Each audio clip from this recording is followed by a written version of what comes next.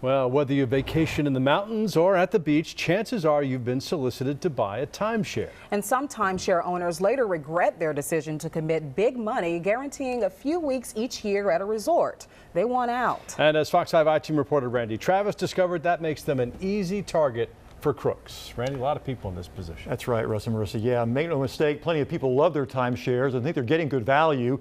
But for those who don't, here's one way to avoid more trouble. You can now listen to their pitch. I just won't let you hang in like that. You will be taken care of here. So the only person that's left to pay the penalty is yourself, and then they will release all of the funds. Help me to help you.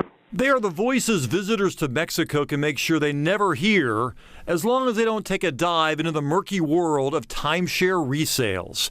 This Lawrenceville woman wishes she never answered that cold call last year, never agreed to sell through a company called Business Financial Management in Denver. So he told you that he had a buyer 2 weeks after you made a deal with him for more money than you paid. Yes. She and her husband had never used their Cancun timeshare. The maintenance fees had grown to $1,200 a year. It made sense to sell.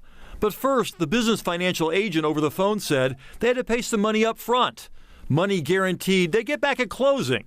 Over time, the list got long. They had you pay a registration fee, a SRE permit fee, an IVA tax, a closing and administration fee, a border adjustment tax. Yeah. How much have you given these people? $45,600 so far.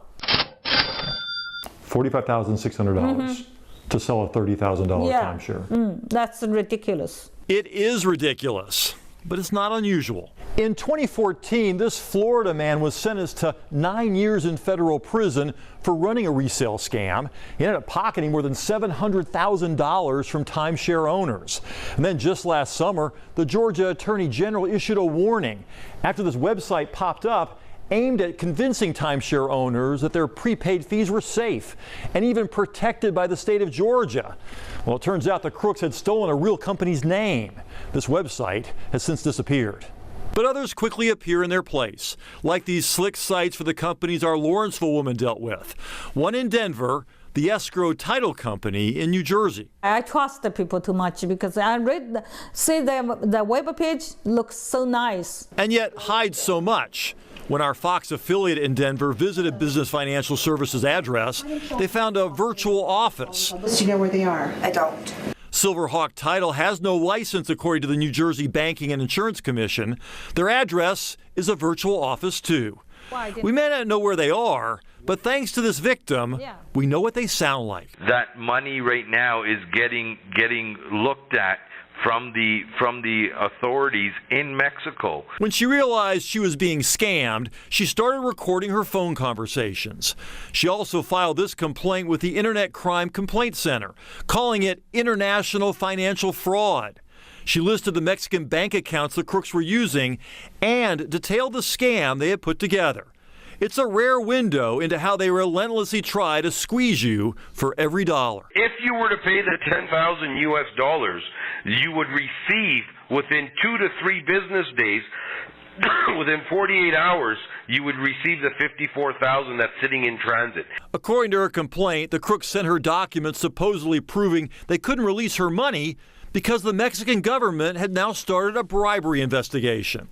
Only trouble, the signature on the document from the Mexican equivalent of the FBI happens to be the same as the signature on the document they'd sent earlier for the Mexican equivalent of the IRS.